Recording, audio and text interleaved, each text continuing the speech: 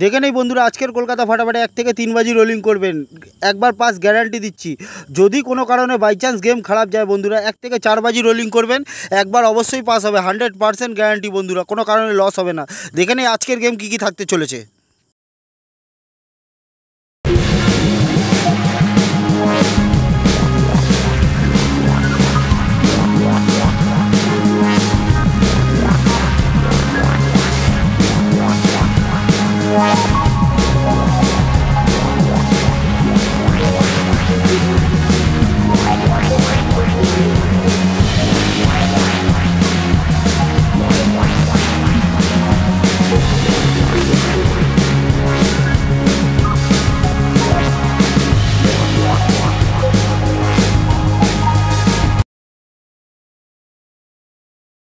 এরকম ভিডিও রোজ পাওয়ার জন্য দাসবাবু চ্যানেলটিকে অবশ্যই সাবস্ক্রাইব করে রাখুন।